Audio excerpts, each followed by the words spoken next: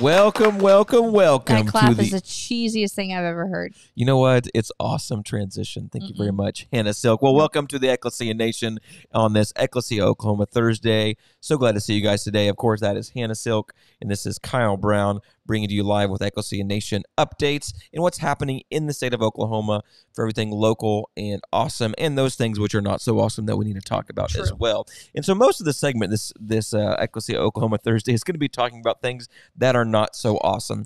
Sad to say, until the government becomes completely reformed, until I would say not actual Christians, what's a better way to say that? Those who know what they're doing in the place of leadership, that aren't compromised in some way, actually start to take positions of power in the state of Oklahoma. Can't put that on a bumper sticker, though. That's too long. True. But until that you day... need to make that a little more concise. Yeah, we could say, until I see the goodness of the Lord in the land of the living. Oh, there you go. Yeah, that'd be great. But especially in the realm of politics, as you guys know, Ekklesia Nation focused on... the body of Christ being involved in all 7 areas of culture, including that government and politics, which we'll be talking a lot about today, which touches every other branch, it seems like today. Government likes to get their little sticky fingers and everything. Which, speaking of which, we had an amazing event on Saturday. Yes, we did. That a lot of you were probably at. Yes, we did. But it was phenomenal. Yeah, no, it was phenomenal. Had over 200 people there. Had some amazing. I love the food was amazing. Even though I didn't eat any, because I don't eat any when I'm in seeing these events. Amazing. But the speakers, Chris Ann Hall, Sheriff Mack did a phenomenal job. Oh, it was so good. And if you guys weren't there, he usually only does classes for law enforcement.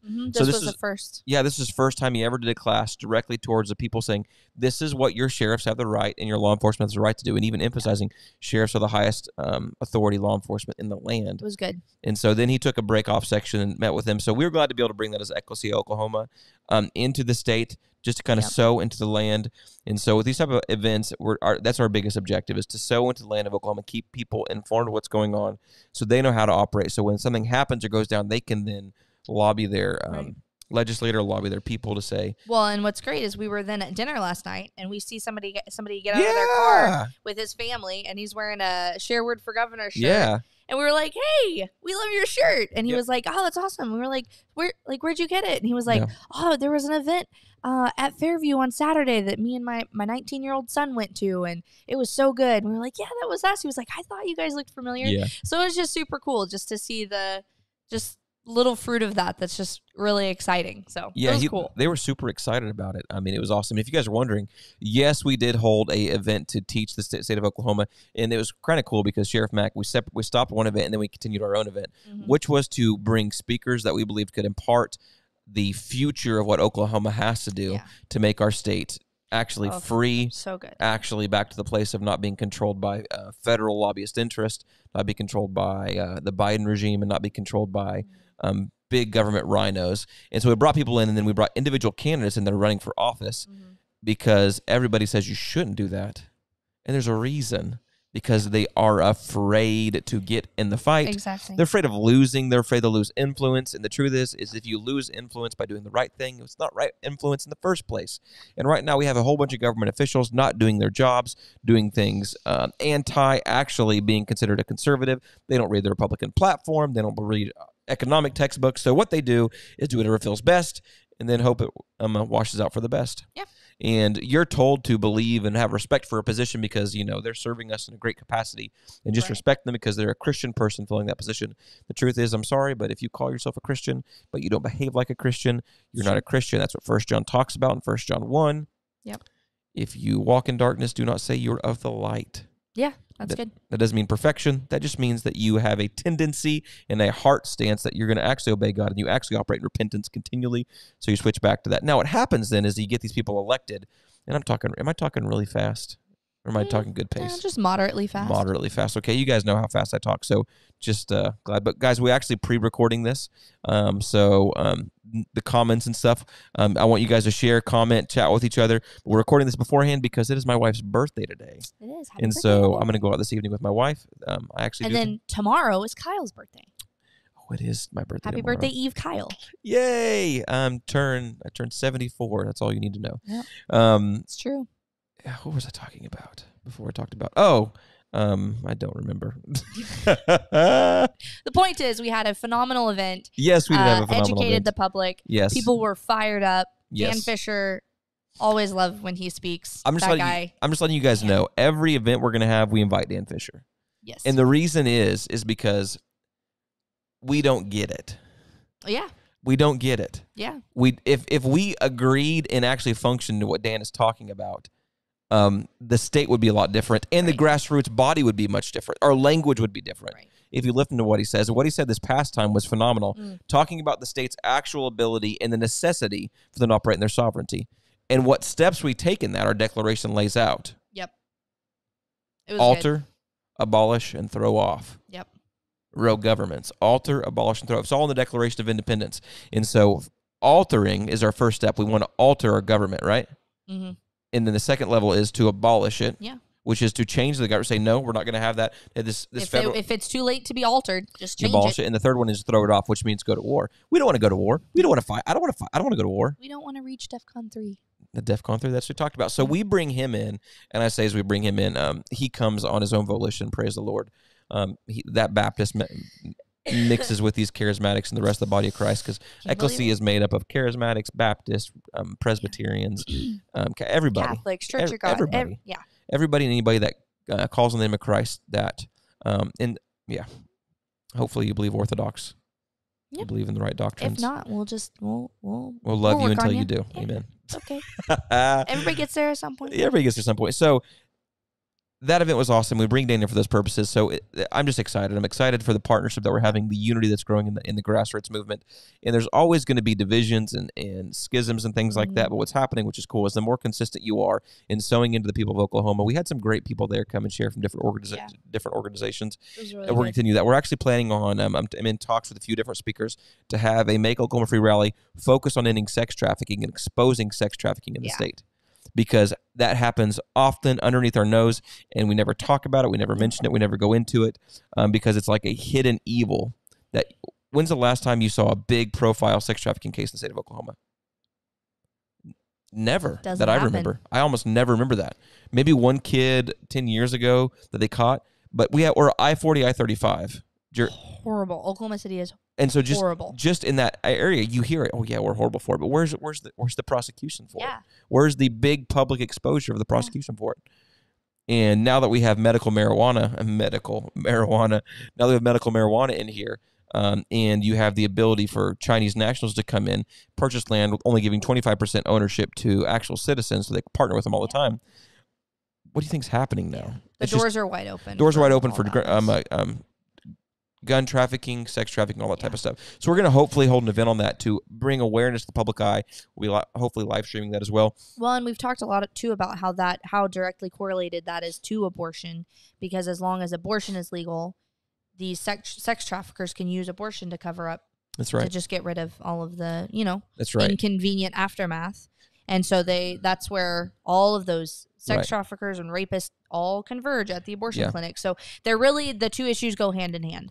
That's right. And we've got to hit them both. So. And if you guys don't think that happens, prostitution, things that happen in our state, just go to Robinson and Penn, and just go a little bit north in the evenings, later in the evening. I used to live off of Penn and 44, and so so I travel back and forth. I'd see those, but there's multiple prostitutes out there at night. Then if you go to Meridian nowadays and I-40, just south of there, you can see the same thing. Women, prostituting themselves, and the industry's here. Yeah. The industry is open and it's wide open, so it's happening underneath our nose. So we need to talk about it, expose it.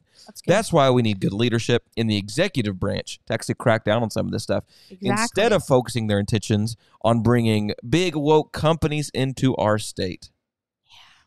Now, what's funny is you guys don't know this, but me and Hannah recorded actually about 20 minutes of this podcast earlier, but I forgot to turn the microphones on. Me and my wizarding skills, so we had to redo it. So we're going to be rehashing some of this again. It's hilarious. It was just a rehearsal. It was a rehearsal.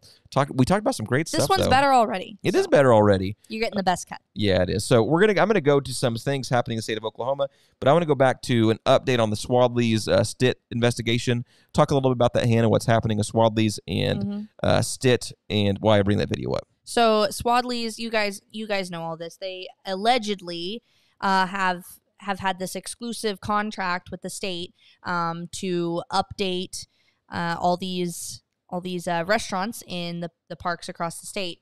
And so now all of this is coming out, And Swadley's is saying, well, yeah, we did that because Governor Stitt said to. And Governor Stitt is saying, I don't know this. I don't know these people. I don't know what's going on. Yeah. And so the developments just continue to come out. Yeah, it's pretty. I don't think I've ever seen anything like this in the state of Oklahoma. Oh, definitely not. This broader thing. People be like, well, it's just the left trying to attack Stitt. No, it's Brent Swadley saying, hey, this dude gave me exclusive contract. He set this deal up. It feels like Gene Stipe days. You know, the Gene Stipe days? That's what it makes me think of. Those like, who don't know what Gene Stipe is, he was a corrupt, what was he? He was a... senator? Or was he a... Oh, gosh. I don't know how I don't know. I think he was obviously it was before my time. But, like, if you're in Oklahoma, everybody knows... Like, the Gene Stipe days, there was like an era of Gene Stipe, and like everybody knows how bad it was, and it was like horrible corruption. Yeah, and that's what this makes me think of. Except, I think that's it's the same corruption. Like it's this nasty, and I think a lot of it is we want to make light of it, and we want to be like, oh, Governor Stitt, he's just like she said Governor Snit. Governor Snit. Snit. I think we want. I think we want, in our kindness, to give them a little bit of a pass and be like, well, maybe they didn't know. He's just trying to make good business deals. Yeah. And I don't think I don't want to afford him that if that's not actually what's happening, right, then he doesn't deserve to be given a pass on that. Yeah, so, no, absolutely. Nor does anyone else involved. No, they don't deserve a pass on that. It needs to be exposed, it needs to be brought out, because we have to get back to conservative actually being fiscally conservative and actually conservative in any regard of action, because the past 30, 40 years, we've had Bush Republicans that incentivize major wars, incentivize big government spending, and call themselves conservative and call themselves Republican. And it's like, it's just a mess. It's just a mess. So I'm going to go to this video, show you updates on what's happening with Swadley's. See if we can get this running, see if our system will play it. New tonight, the State Department of Tourism is looking for a new company to operate restaurants at state parks. This comes as the investigation into the old operator Swadley's starts to heat up. Our Barry Mangold is live at the Capitol with the latest on this. Barry Mangold. That's a good name. Yeah, Carl, Amanda, 2 state officials have been subpoenaed to testify here at the Capitol next week before a special House committee. The topic, how Swadley's Foggy Bottom Kitchen ended up spending millions in taxpayer dollars to fix up state park restaurants. Now open at Oklahoma's beautiful Quartz Mountain State Park. What our role is to see what structural problems exist within that agency. Former Tourism Deputy Director Gino DeMarco and Stephen Harp, Director of the State Office of Management and Enterprise Services, subpoenaed to testify next week before a special House committee. Lawmakers, along with the OSBI and state auditor, investigating how a lucrative state contract with Swadley's Foggy Bottom Kitchen came to be. Committee Chair Ryan Martinez was in the hot seat with our Scott Mitchell Friday morning and said the hearings will be public with exceptions. We actually have a few whistleblowers reaching out that want to remain anonymous, and that's something that I'm going to honor. We're going to do everything we can to protect those people's identities if they want to come share information about this. Now that the Foggy Bottom Kitchens are shuttered, the state is now looking for a new business to take over the restaurant spaces at 6 different state parks. In their request for proposals, the state says businesses that apply should be prepared to afford daily operating expenses. That's a change with the state's contract with Swadley's, where it paid for operating costs along with monthly management fees. Good Lord. And Lieutenant Governor Matt Pinnell is now calling for structural change inside of the tourism department. Right now, the department's director that's the weakest call I've ever heard. Matt Pinnell, I love you, man, but that's a weak call. Wants that authority returned to the Tourism Commission, where he is one of 8 members. Live at the Capitol, Barry Mangold, Oklahoma. Man, that's I just like what. You better afford your daily expense. Oh man, I forgot to turn that off. I'm so sorry. You guys got another applause. That was for you. That was for you, Hannah. They were applauding. You getting ready to jump into? What were you getting ready to say? I don't remember. Dang clapping messed me up. So sorry. I'll start then because I have plenty to say. I'm sure you do. It's okay. I'll interrupt. The businesses in the clause, you have to afford the new condition. You have to be able to afford. Like what business is like, hey, we want to open a business, but you have to pay for everything. We can't afford our daily operating expenses. So can you pay us to be there? pay us to run the business, and then we get to keep the money that we get. Yeah, that sounds like a great deal. Like, why am I not running a business in cahoots with the state? That's insane. Like, your profit margin has got to be really large. Oh my! Because what are you paying for? You're not paying for any operational expenses. Yeah. Oh, and you get paid management fees. Like that. Hey, I know we're doing the state of Oklahoma a favor by putting our restaurants in here, and you're paying for everything. So you're going to pay me now to manage my own restaurant that you're paying for me to manage on top of that.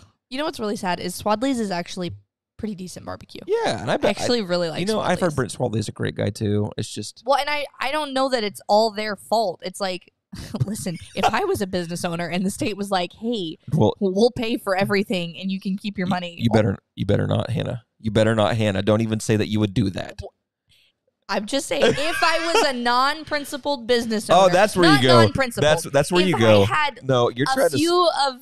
A few you less just of admitted the that you would take crony capitalistic money for your business endeavors. No, I actually wouldn't, but I could see where people are coming from. You know what? I actually thought about starting a leftist organization one time, like just to troll them, like starting like a Greenpeace organization, and just like being out there being like, hey, we're going to restore, and just word it in the right way. This thing, like, we're going to restore like America or Oklahoma back to its original, and say something like really like leftist, I don't know, to heal the environment in a way that man's atrocities on it have been blah, blah, blah, blah. But do it in such a way, but then in the fine print, be like, we're actually going to use this money to fund like kingdom efforts that actually I love it. Conserve government, and the biggest, wreck on the environment is big government, and have it go back to supporting grassroots organizations that are going to fight it. Think about it. They would be investing in their own demise, and it would be right there in their paperwork. That'd be good. So if you guys ever have the idea, you should start your own leftist organization as a psyop to then fund the. I'm just kidding. You don't have to do that. That's underhanded. And you don't have to, but you could. You could. No, I mean, you could. I don't think there's anything really. If I see a whole bunch of if I see a whole bunch of new leftist organizations that pop up, it was Bob Durning. We know it was you. So, anyways, that's hilarious. Yeah, and that's not even the funniest thing that's happened in the So, I'm just letting you bring it back again to you guys. The state of Oklahoma had a contract that's been argued now. It's been allegedly exclusive to one company. Yep. That they paid for their operating expenses. There wasn't in the contract that you're not going to pay for your own operating expenses. And you got paid a management fee to run in a restaurant in a state park. Well, and here's the thing. I know people who work in state parks, and they were like, Swadley's was literally getting blank checks. Blank checks. What? Yep. This is from employees within the state park. Meanwhile, park employees are getting paid like $12 an hour. No. Like, excuse me? You know what? You know why this happens? When you have the idea that government exists to subsidize your business ventures. Yeah, no, exactly. If you believe that government exists to subsidize your own business ventures, because that's how you're going to expand business, because you're a businessman that thinks leveraging debt all the time is the way to do it. And you had an article pulled up earlier let me pull that article up. Literally says it's really just a business play. Okay, so this goes back, so hold that into your mind, because we're going to go to what happened recently, because Governor Stitt gave... That's what we're going to title this episode of Ekklesia Live. What is it going to be? It's really just a business play. Kevin, it's really just a business play, Kevin Stitt. That's a good title, actually. We'll title it that thing. Yeah, you're welcome. Yeah, thank you. Mm-hmm. So this is Canoe, the company that your Republican conservative governor gave $17 million to. Canoe, I bet they're a super principled... Yeah. No, I bet they're right-wing, freedom-loving. I bet they support traditional family values. I'm sure they do. I do. I bet I have a really good infrastructure, too. Like, they're probably just cranking out these electric vehicles. Yeah. Yeah, no, I think they're... I mean, you just keep reading. I'm sure that'll come up. You would never fund a startup as a state government, right? Well, you should never... I mean, unless you were going to pay for their operating expenses. I guess that's true. I guess it's true. Canoe Warren's company could go out of business before a single car is made in Pryor, Oklahoma. Oh, my goodness. They're out of cash before they've even done anything. Leadership of electric vehicle manufacturer Canoe Warren shared told Tuesday it might go out of business before it produced a single car at its proposed factory in Pryor. Canoe leadership said it's experiencing cash flow problems. Warren, they haven't even made an electric car yet, and they have cash flow problems. As of the date, it's this announcement. We're reporting that there's a substantial debt to the company's ability to continue as a going concern. Man, I feel so proud to be in Oklahoma. We invested in Canoe. Have you seen their cars, by the way? They look retarded. Ugly. They look like futuristic tanks. I'll pull it up here. You talk about how ugly they look. Well, they do look really almost as ugly as Kyle. If Kyle was a car, he'd be one of these Canoe cars. You know what? I don't want to hear it. But really, this is just like crazy. Like Oklahoma, you'll love this. This looks like? Man. This looks like an Orwellian future where they exactly West Psyop where they exactly. There's the moon. NASA partners. That's why. You know who I've talked to who wants Canoe or electric cars here in Oklahoma, and I've talked to a lot of people. Here they are. Nobody. Look at these things. Okay, that one looks like a child's toy. Like, what is the little, the little people, like the little round people? I don't know they had a name other than little round people. No. Like they're rubber. Yeah, like Tonk. I don't know what you're talking. Like, I don't know, Rubbermaid. That's like, what is that? No, that's containers. Oh, sorry. Never mind. I don't know. I can't remember, but there's like all the little round people. I don't think they're really a thing anymore. Little round people. That's most people in America right now due to the obesity epidemic. You're welcome. Oh, and by the way, Daniel's not going to be on this podcast because he's in Alaska right now, so he's sleeping. It's true. So pray for him. He almost got eaten by wolves the other day, by the way. We know we had the moose story. Picture it didn't happen. He told me, well, he didn't. He brought his pistol there, and he didn't bring a holster. This guy didn't bring a holster. So what do you think is going to happen when you don't carry a holster? You're not going to carry your gun on you. So he walked into... actually, praise the Lord, because now he won't try to shoot a moose or a bear with his handgun. His 9mm. I mean... Yeah. Really, though, he keeps talking about these encounters with wildlife, and I still haven't seen any pictures. Yeah, I haven't seen any pictures. I don't know. I don't believe it. Oh, hey, here's a platform you can buy. A pickup truck. That's offensive to everything inside of me. I don't know if you're a man and you would drive that as a pickup truck. You have to be a leftist. Yeah. This is for leftists. Kevin Sid, have you looked at these Canoe vehicles? Do you support the design that immediately removes 100 points from your testosterone levels? Huh? You just lost all your mankind. You lost all of it. All of them. You literally have to go to a clinic after you buy one of these cars to get your levels tested. Okay. Sorry, that's a little bit that was good. That's a little bit too much. Really, though, Oakland, we're out here paying for businesses' operating costs and bringing in businesses that are going to fail before they even produce one car. One car. Like, what? One car. What are you doing, sir? What are you doing? I don't know. I'm just letting you guys know, you small business owners out there, that if you sold one product, you already beat a company that got $16 million invested in them. So I'm just letting you know, you're doing pretty good. Yeah. You might go out of business, but if you sell more than one product, you're beating Canoe. It's true. Can you beat Canoe? Can you beat a Canoe? Yes, you can. Hey, I think there's somewhere you could go with that. I'm trying to make a radio voice, but trying to do it the right way. That early morning guttural. Never mind. Okay. Deep in the heart of oil country, Kevin Sitt is in hot pursuit of electric vehicles. Yes, he is. Kevin Sitt's embrace of electric vehicle industry has been rapid and unprecedented for the governor of a state so historically reliant on the production of fuels that powered internal combustion engines for a century. Last year, Sitt announced the arrival of electric vehicle startup Canoe, which has plans to manufacture electric vehicles in northeastern Oklahoma. It's believed that he's now courting Panasonic as the Japanese company looks for a site, not an Oklahoma company, to build EV batteries, which they haven't. Instead of packages offered to Canoe, should the latter company come to Oklahoma, could top $1 billion. These packages have been controversial among political leaders and the general public alike. Okay. Here we go. Sitt holds fast to belief that benefits far outweigh the investment costs. Of course you do. Of course you do. And it's not your money and you're leveraging it. It's not his money. No. There's no consequence to him losing and making bad deals. No. There's not.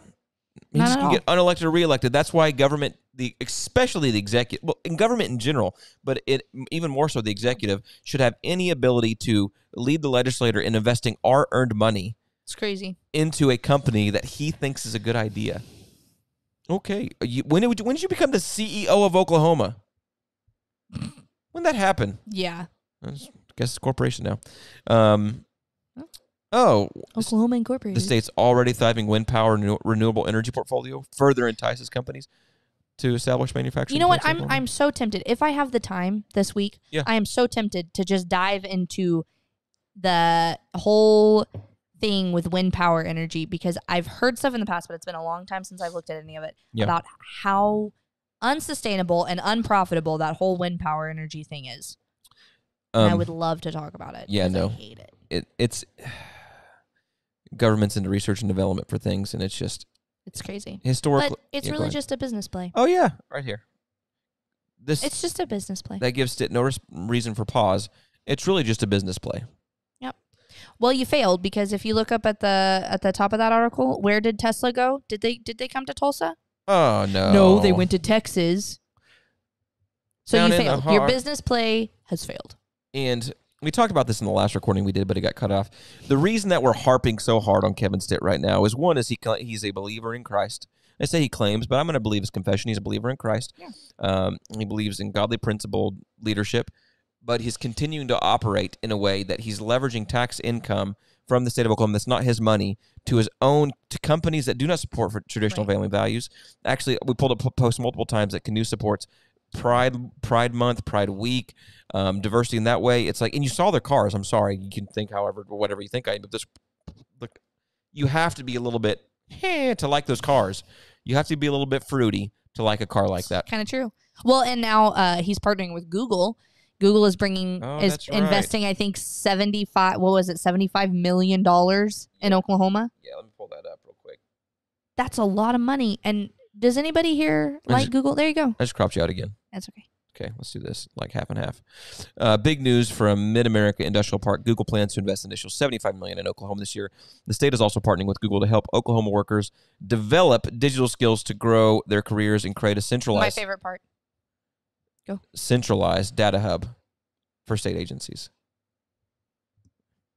I don't think I'm just paranoid, but centralized data hub for state agencies has me a little concerned. Not gonna lie. I'm gonna bring up some stuff in a little bit. I don't know what that means, but I don't like it. I need to keep talking.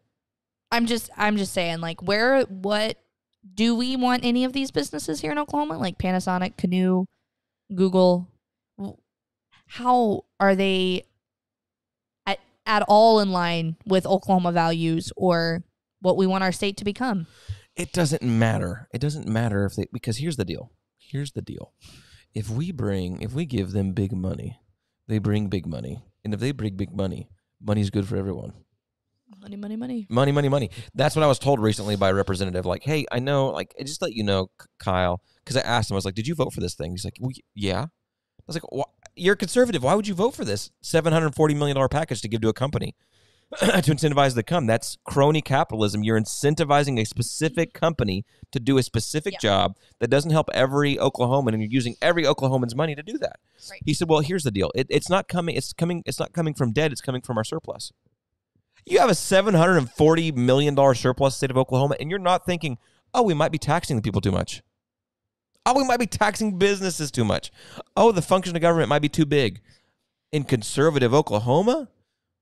Well, I think what you said earlier about the whole money thing is like, I'm no economic scholar. Like, I'm really not. She's really not. Well, you didn't have to agree with it, but okay. But it's like they're viewing the pinnacle of economic what's the word? I'm blanking. Like the pinnacle of economic accomplishment as just having a lot of money. Yeah. Money isn't necessarily like having just like a surplus of money. Like, what's that going to do for you? Yeah. The pinnacle of economic accomplishment is like having a free environment where businesses can grow, right, where people can develop things, where industry is thriving, where people are being like ingenuitive and like coming up with new products and where things can actually start to be invented and like expanded. Like, that's what we want that's the pinnacle of economic accomplishment. Not just like, oh yeah, they bring us a lot of money. Like, that, okay. What are you going to do with the money? Like, money is just money. Money is just a product. Well, does it make sense what I'm saying? Say that again, because I got distracted because we have an alarm going off in the background. Leah, forgot to turn her phone off. Turn your phone off. Yes. Go ahead and say that again, though. Just surmise it real quick. So basically, just saying that they are viewing money, just having a lot of money, like a lot of just cash or whatever. It's not even real cash anymore, but money as like the pinnacle of like economic accomplishment. Whereas like I think that's wrong. And what we need to view the pinnacle of economic accomplishment as is like businesses being free to develop, businesses growing, industry being free, like to like invent and expand. I hear what you're saying. I hear what you're saying. Can you go find a way to turn that off real quick? That thing in the background. Well, you're closer. I know, but can you please? Okay. Please. Thank you, guys. Hannah's so awesome for going to turn off this crazy background noise that's happening in studio. This is what happens. Praise the Lord. When you work with an awesome team that we're doing 30,000 things at one time, and so. But what Hannah was saying, Hannah, and I think you can hear me. You're in the background a little bit, so I'll chat through it. Is I understand what you're trying to communicate, but I'm going to kind of put some different wording in there. Okay. What you're saying is that you feel like money shouldn't be the final incentive because of there's so many things inside of true economic development that aren't money. I would disagree with that a little bit because economics is solely the exchange of goods and the study of how goods are exchanged and the best way for that. So. But aren't you limiting? Hold on one second. I'm trying to. I'll finish it. You can disagree with me.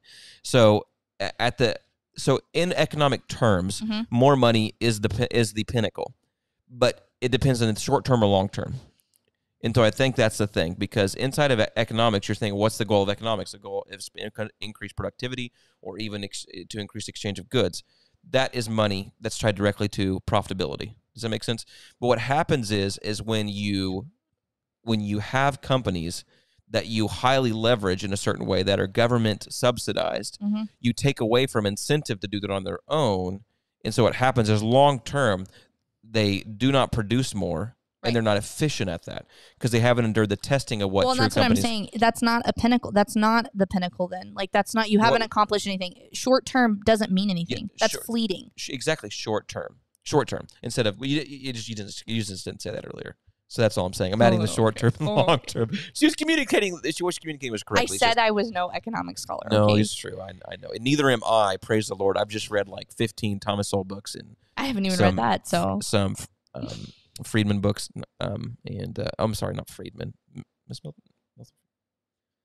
I can't think of this Chicago who founded the Chicago School of Economics. Milton Friedman. Yeah, sorry, I was just thinking of because his name sounds like a communist writer, and so I was making sure I'm not quoting a communist writer.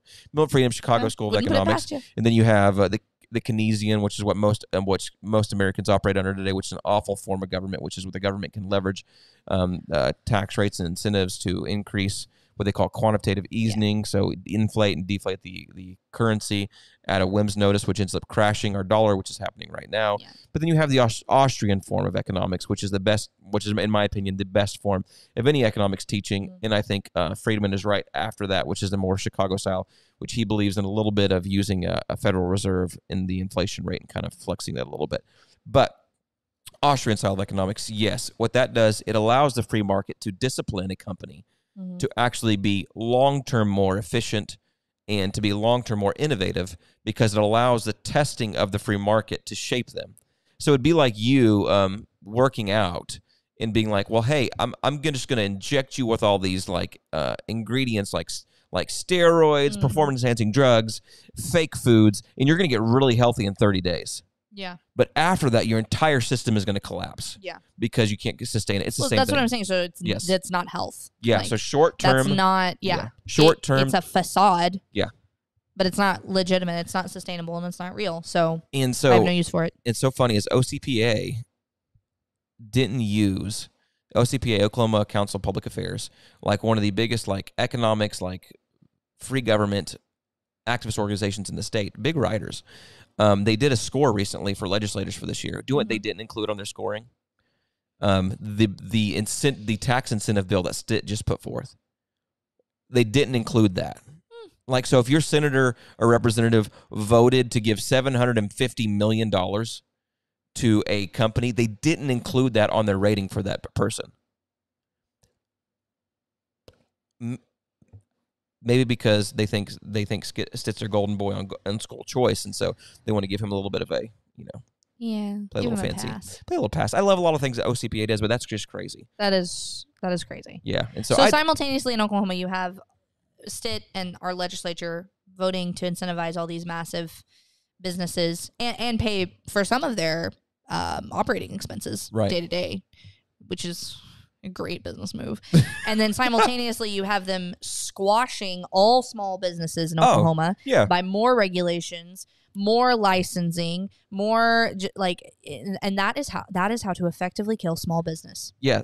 Because they can't keep up. You can't pay for it. You can't keep up. Like, that's crazy. Yeah, so if somebody comes across you and said, no, Stitt's a great conservative governor, be like, name one time he's deregulated anything in our economy. Name one time he's actually lessened the burden on small businesses. Name one time he's pressured for a tax decrease corporately or even individually that actually unleashes the power of the free market here in Oklahoma. Name one thing.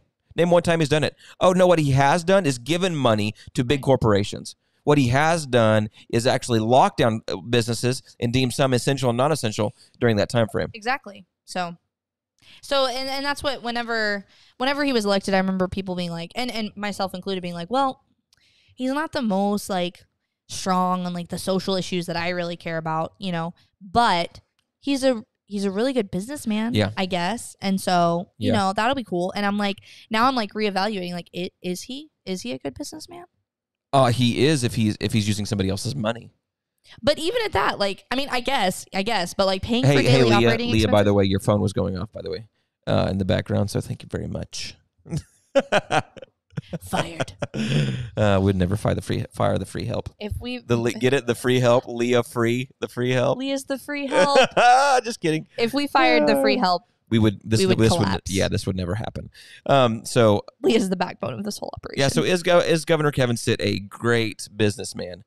If you're using somebody that only uses debt leveraging, I don't know a great businessman that would pay to bring in a car company that's never produced a car and then is probably going to fail before they ever do produce a car. Here's the deal, guys. You need to start your own electric vehicle startup and call it, instead of canoe, call it pontoon.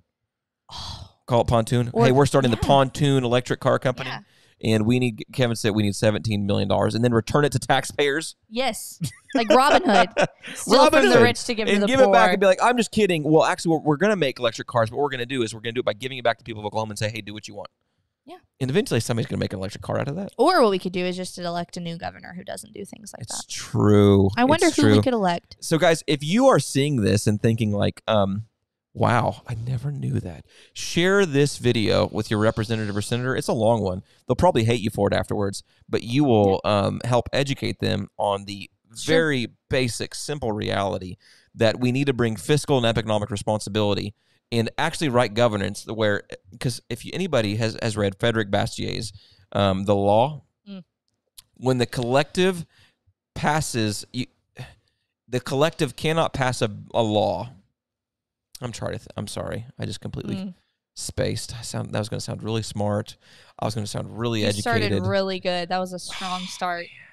And then it just fizzled. Oh, yeah. You can't do anything to collective that you wouldn't do to the individual. That's essentially what he's saying. So because we do this. If I was to be like, hey, honey, I'm going to take your Hannah, I'm going to take your money. That's what the kids call me. That is what the kids call you. I'm going to take your money and I'm going to give it to this person over here. Well, that would be wrong. Mm-hmm. It would be stealing, right, and reappropriation of your funds, right. But when we do it to collective, I'm going to take collectively your money and do what I want to with it. That's fine. So you cannot do the collective what you can't do to the individual. That's what Frederick Bastier is essentially the whole. I just saved you from reading the book, The Law. Yeah. That's what it is. You cannot do to the collective what you could not do to the individual. Yeah. So stop doing that. If you want to give yourself, the legislator of Oklahoma, an A+ score, like stop doing that one thing. Yeah. That's one thing that you could do. That's not even ending abortion, enacting justice. Yeah. That's just on an economic just on an level. And you might be asking yourself, thinking, well, Kyle, I mean, you're talking about economics. What does that have to do with Jesus and the Bible and godliness and, any of those things? You're a Christian organization. You're a church. What are you doing? Yeah. Well, we are. And we believe that you as the body of Christ have to become educated because and I'm going to say this in the kindest way, if you're a stupid good man that goes in the place of government, you should read the book by Dostoevsky called The Idiot. And I'm not saying that to be brash, but there's a book called The Idiot. And essentially, it's this really good-hearted guy that he's just emotionally an idiot. Mm-hmm. And I'm saying that in the nicest way possible. He's just like inept in the ability to make good decisions. Yeah. And he ends up ruining so many lives connected to him because internally he doesn't have the propensity or the capability to enact solid things in a certain way. Right. So if you are that's why we're talking about this, because the book of Proverbs exists for a reason. Mm-hmm. Wisdom exists for a reason. And wise governance is when the righteous rule, the city rejoices. When the wicked rule, well, what happens when you think like a wicked man, but internally you're righteous? Be transformed by the renewing of your mind. If you have a wicked mindset, and I'm saying that is a poverty mindset that thinks about you have to continually leverage debt to make anything happen inside of government. Yeah. Well, and I think too, because like I've said this in the past, is like, well, I'll hold them to the line when it comes to like moral issues, but like if it's just like tax differences or like fiscal differences, like that's not a big deal. Which now the ramifications of someone not supporting the end of abortion and like supporting a tax raise, obviously the ramifications are different. Like we're talking murder versus theft. But theft is included in the 10 Commandments. Like God takes that seriously too. Yes, and I think that earlier what you said about you can't do to the collective what you shouldn't do to the individual, like there are moral principles that also guide economics. Like it is not some, and I think we've actually talked about this more in depth in a former live stream, but like there are moral principles in economics and in the philosophies that we hold, just like there are moral principles in the social issues that we talk about. So like we have to stop giving our legislatures and our governors a pass on these fiscal issues and be like, it's just business. Like it's just business stuff. It's just money. Or no, there are moral principles that they're not following. Yeah. So. Absolutely. And what does that lead to? What does this lead to when you do this type of stuff? When you openly, fiscally start supporting companies that are big leftist organizations, they start using that money then to act in their activist organizations to spread tyranny and globalism and communism. And so you're funding the darkness. Yeah. So what you're doing is swamp. You're playing to the World Economic Forums. Yeah. And if you know anything about the World Economic Forum, I'll play you a clip real quick by Dr. Robert Malone. He just came out with, which is just a sobering reminder. And he is wearing a COVID tie. He is wearing a COVID tie. We're gonna play this video. Looks like a really pretty tie, actually. It does. Kind of weird. We have a much bigger problem, in my opinion, and it has to do with this rising totalitarianism. And that's going to be a long battle. The World Economic Forum has been setting this up for over 30 years, training people and literally consciously infiltrating all of the Western governments. And now that people are starting to become more aware of that, of what's going on, of what the agenda is, they're becoming aware that they have to resist, they have to speak out, they have to identify who these people are. But it's not going to be easy. Your own governor, Gavin Newsom, I don't know if you know, is trained by the World Economic Forum. So is Governor Inslee in Washington. So is Pete Buttigieg. So is Justin Trudeau. So is his finance minister. So is the Prime Minister of New Zealand. So is Macron in France. The list is enormous. And it's not just in politics. They're in banking. They're all over in tech. And they have a clear agenda which is not aligned with the U.S. Constitution. Those folks are invested in a worldview that believes that the nation state is obsolete. And they are actively trying to advance the cause of a one world government that will supplant national governments. And so do we have enough people that are aware of this? No. That's the big battle. You know, I really do feel that this COVID situation is just a skirmish. And the bigger battle is against censorship and control and a growing global totalitarianism. Well, there you have it. Dr. Robert Malone. In a COVID tie. In a COVID tie. But that's crazy.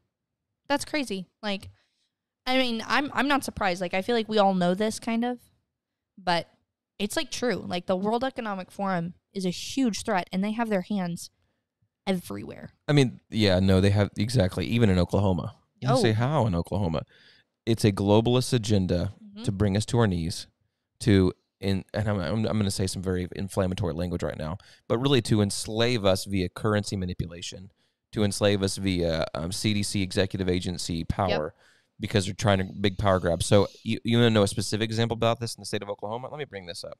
You guys have heard about the chicken flu happening in the state of Oklahoma. Let me show you some insanity that's happening. This is some bombshell stuff, and I mean that. I don't use that word lightly. This is not small. No. So let me pull this up really quickly. See if you can see that. So the USDA confirms highly pathogenic avian influenza in Oklahoma. The United States Department of Agriculture and Animal and Plant Health Inspection Services confirmed the presence of highly pathogenic avian influenza in a commercial chicken breeder flock in Sequoia County, Oklahoma. Do you guys listening to this? The USDA in the Plant Health Inspection Service has discovered a highly pathogenic influenza. Okay, samples from the flock were tested at the Oklahoma Animal Disease Diagnostic Laboratory, part of the National Animal Health Laboratory Network. A lot of acronyms there. Confirmed at the APHS National. Oh my gosh, how many different places are you going to send this stuff? Working closely with state animal and officials on a joint incident response, state officials quarantined the affected premises, and birds on the property were depopulated. I mean, they killed chickens, just wiped out a thing of chickens. To prevent the spread of the disease, birds from the flock will not enter the food system, okay? So, I mean, here's the deal. That's an interesting thing because it's good to remove disease from chicken coops, right? But there's organizations arbitrarily coming in, determining something is nasty, and then wiping it out. Whoever business that is, pray for them. Public health risk, these avian influenza detections in birds remains low. So let me see this. If the CDC is saying the public health risk remains low, what did they do with COVID when they said it was absolutely high? Right. Like, this is nothing. This is not. I'm not. But look at the impact of this. If the government now has the authority. No, listen. I'm going to cut you off there. I'm sorry. No, go for it. As a part of existing avian influenza response plans, federal and state partners are working jointly on additional surveillance and testing in areas around the affected flocks. The United States has the strongest AI surveillance program in the world, and the USDA is working with its partners to actively look for the disease in commercial poultry operations, live bird markets, and in migratory wild bird. How are you going to AI surveillance migratory bird populations? You want to put AI surveillance in every single bird coop in the state of Oklahoma. What are you thinking? And do what our Secretary of I think it was our Secretary of Agriculture did? The Department of Agriculture did? Oklahoma's or U.S.? Yeah, Oklahomans. I'll show you in a second, but look at this. Talk about this. As a reminder of the proper handling of cooking all. Oh, hey, by the way, cook your chicken well to make sure you don't get this thing. But we're going to wipe out, because, guys, I have another... If that's all you have to do... Here's the thing. The government's job is not to protect you from being stupid and eating raw chicken. If you're going to be stupid and eat raw chicken and get sick, sorry. That's not the government's job. Over 16,000 chickens were depopulated because of this. This is like... think about the impact of this, though. Like, the government has its foot in the door of controlling all food production. Yep. Like, dead serious. That's what's happening. They are getting their foot in the door to controlling all food production. Yep, I'm going to pull up the photo. That's crazy. And this isn't like, I sound like Daniel. Well, look at the future and the government's going to rule everything. But it's true. Like, that, if that doesn't scare you, like, that's crazy. Yeah. You have a quote? Do you have something you're pulling up? Because I have a quote. Yeah, no, go ahead. So, C.S. Lewis, this is a quote that I've known from C.S. Lewis for a long time, but it's super, super apt in today's culture. He said, "Of all tyrannies, a tyranny sincerely exercised for the good of its victims may be the most oppressive. It would be better to live under robber barons than under omnipotent moral busybodies." And that's what we're seeing. Like, the tyranny that comes under the guise of, oh, it's for your good. Like, we're trying to protect you from chicken flu. Like, we're trying to protect you from COVID. That is the worst kind of oppression. And it's the easiest to implement on a very uneducated, very uneducated population. And, I mean, if that's not what we're seeing, Okay, I just pulled it up. Okay, praise the Lord, I found it. Oh, good job. Thank you. What you said was good, by the way. C.S. Lewis, my man. Always. C.S. Lewis always comes in clutch. So, this is from the State Department, from Kevin Stitt's desk. All poultry producers, Poultry Association, and poultry exhibition venues. poultry exhibition, public sales, and swap meat ban within Oklahoma. Based on the authority given to the state veterinarian, I hereby ban all poultry exhibition, public sales, and swap meats until further notice.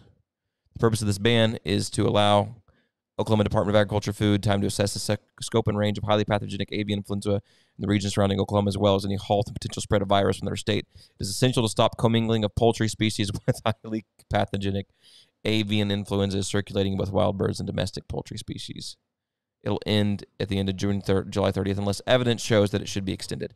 You know what? And this goes back to what we were talking about, that event we had on Saturday.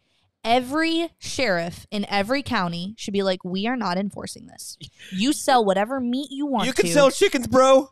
You can sell your chickens. That's crazy. And I'm telling you, sheriffs need to come out. Like, we need all of those constitutional sheriffs to be like, a public statement. Yeah. This is not according to the Constitution. Like, you are violating the Constitution. I swore to uphold the Constitution, not you and your arbitrary, tyrannical laws. Yeah. And I will not be enforcing this. Yeah. This county is free. Like, every sheriff needs to send that out. Yeah. So the chicken flu is now the reason for government overreach and influence into the state of Oklahoma.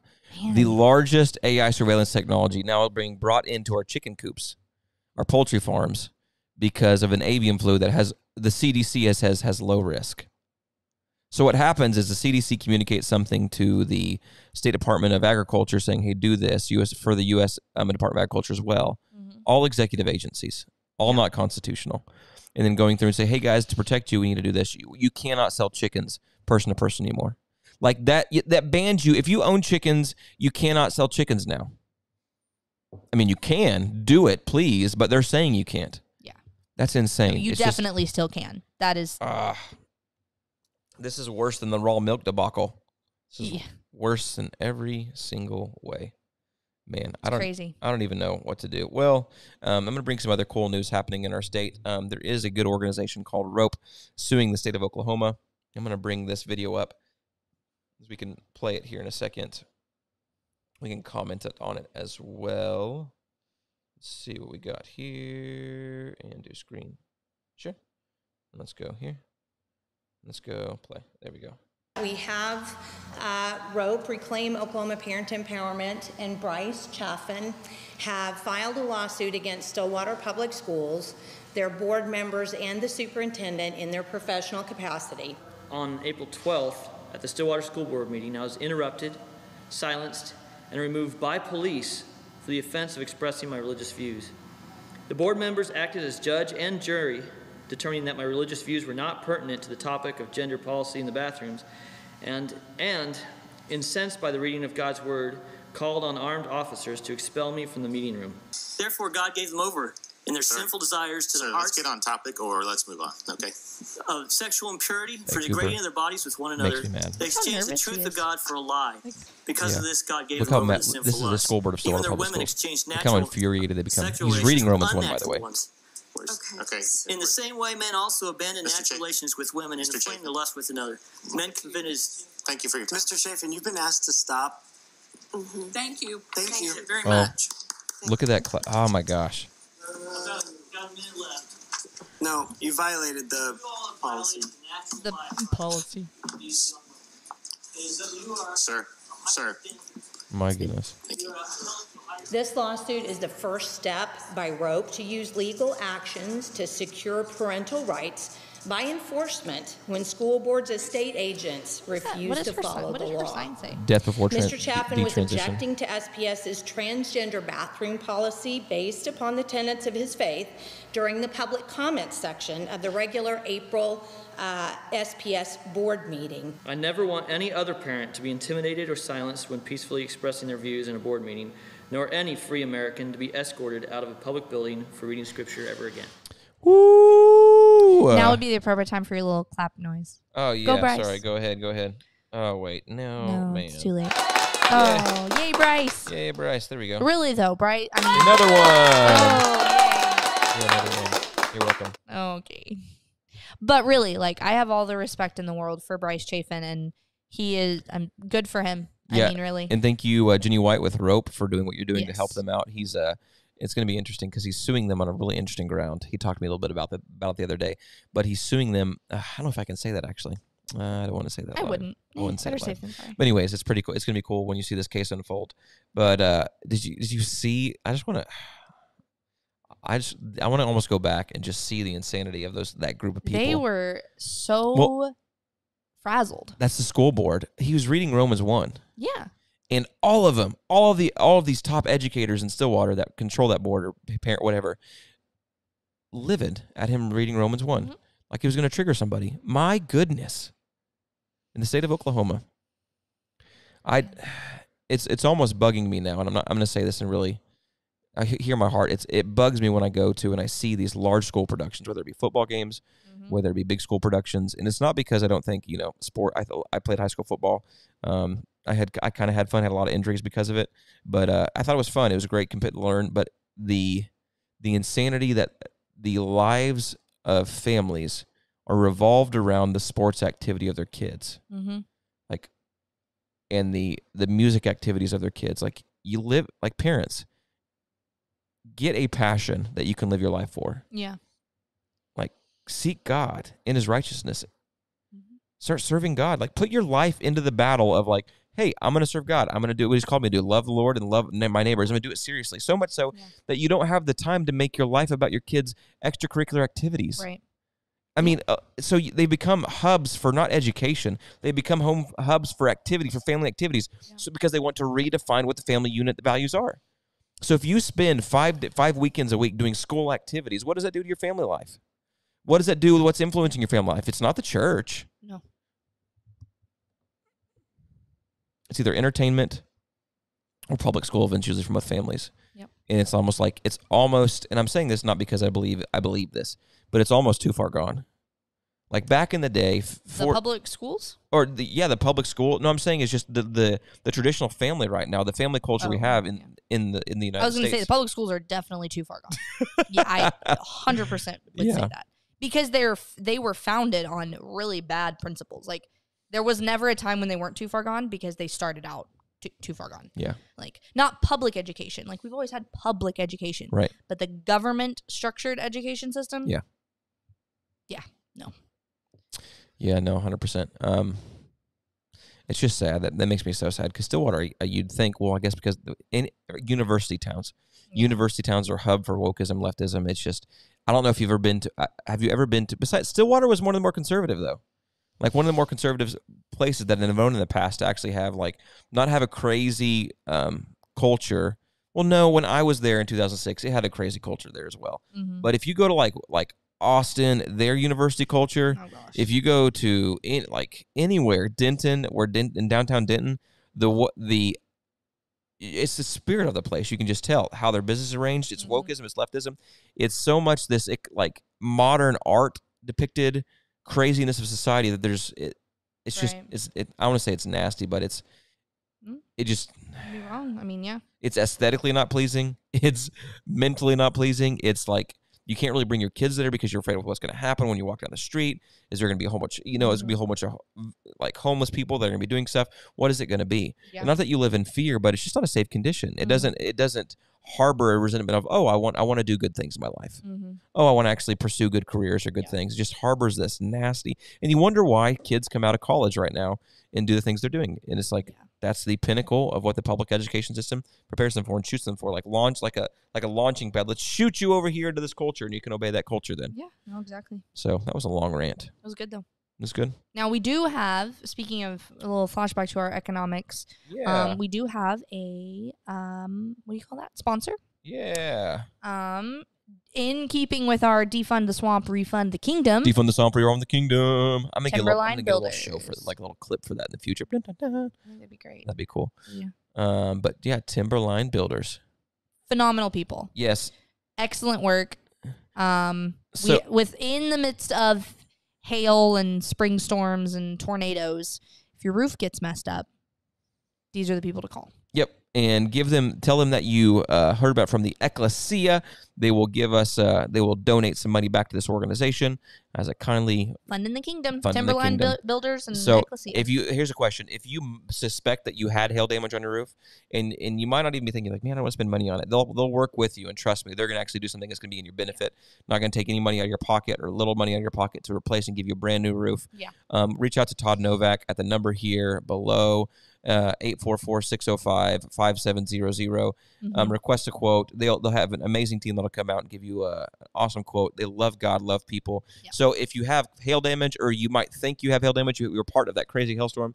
They're already replacing some awesome people in our communities, church homes, or their churches' roofs, and so they're just doing awesome work. Yeah, well, and just write the number down for if you need it in the future, because they are definitely phenomenal people, and we love them. Yes, we do. And so I'm going to play one more video, and it's kind of to segue into the last conversation about local level governance. The issue, we've talked about this multiple times, but the Roe opinion that was released, what's happening in Louisiana, and then this is a video of some leftists reacting to it, and I just want you to see the passion these people have, and the unintelligible, I would say unconscionable passion they have in this regard of keeping people killing their babies. We don't even have paid family leave. We don't even have affordable child care in this freaking country. This picture's just me. Okay, and the people who fight against those kinds of laws are Republicans. And yet... What do you want them to do with their kids when they have to go to work? What do you want them to do? What do you want them to do? I want them to answer that freaking question. Answer the question. Journalists, ask them the question. Ask them. Ask them. Isn't it amazing? Ask them the goddamn question. Canvassing, all of that hard work on the ground, they can't even get a voting rights bill passed. They're losers. Trusha Briggs writes in, thank you, Anna, for communicating this momentous injustice and the rage we're all feeling today.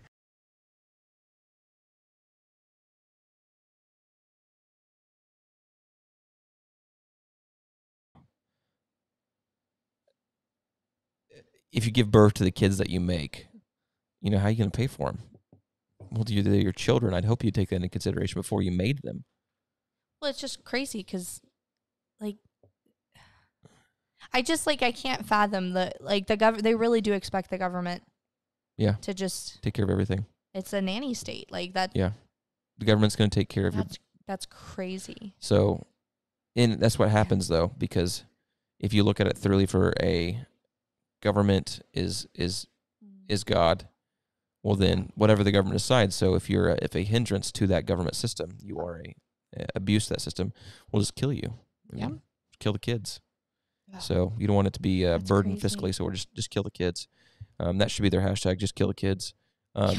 Sad, but I wanted to show that because I want to chat a little bit about what's happening in Louisiana. They just passed actually an abolition bill through House Committee 7-2.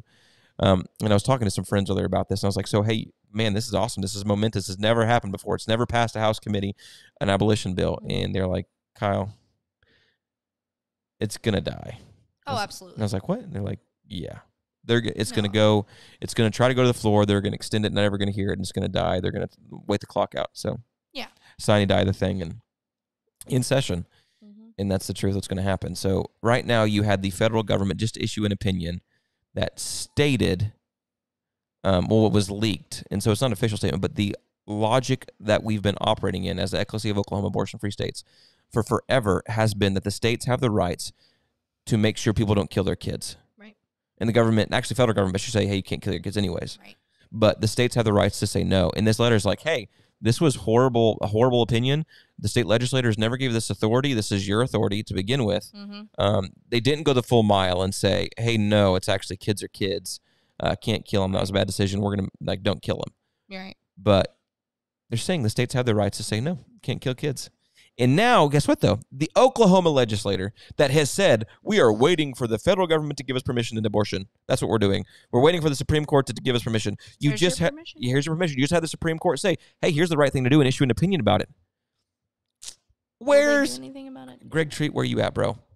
Charles McCall, where are you at? Governor Kevin Stitt, where are you at? Where's the bill that actually ends abortion on your desk that actually does it? Where is it right now? So don't give me the excuses, and people, don't give me the excuse that they're good Christian men, that they're just trying to do the right thing. They are afraid, and they're buying into a lie that they have to do it a certain way, and it's so much so that it's affected them to be able to see what is the right thing to do. Yep.